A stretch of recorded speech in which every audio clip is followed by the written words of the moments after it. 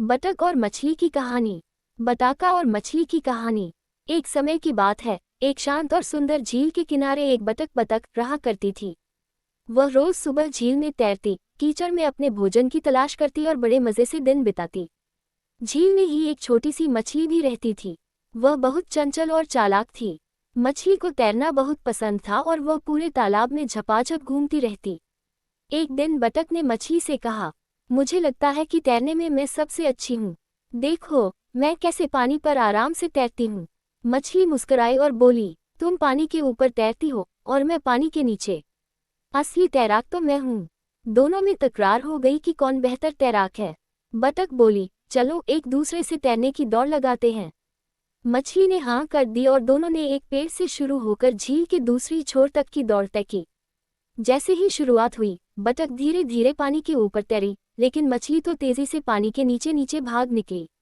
मछली बहुत पहले ही किनारे पहुंच गई और जीत गई। बतख थोड़ी उदास हुई, लेकिन मछली ने मुस्कुराकर कहा, बतख बहन, तुम निराश मत हो। हर किसी की अपनी खासियत होती है। तुम उड़ भी सकती हो, जो मैं कभी नहीं कर सकती। बतख मुस्कुराई और बोली, सच कहा मछली बहन, हमें अपनी खूबियों पर गर्व करना चाहिए और दूसरों से ईर्ष्या नहीं करनी चाहिए। सीख मॉरल, हर किसी की अपनी विशेषता होती है। हमें दूसरों से तुलना करने के बजाय अपनी खूबियों को पहचानना चाहिए। अगर आप चाहें तो मैं इस कहानी का एक चित्र या बाल पाठ्य पुस्तक शैली में संस्करण भी बना सकता हूँ।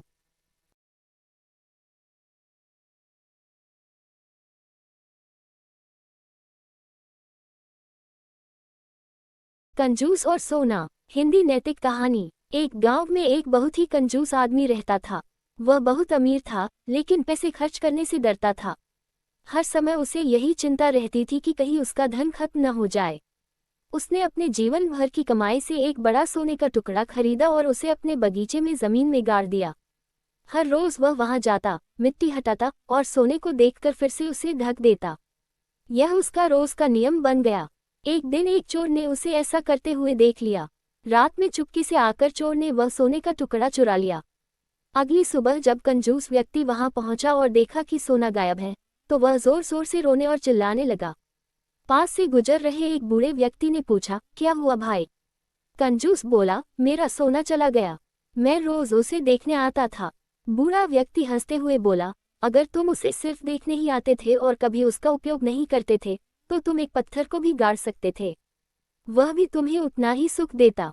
सीख मॉरल, जो धन काम न आए, वह व्यर्थ है। धन का उपयोग करना सीखो, नहीं तो वह किसी काम का नहीं।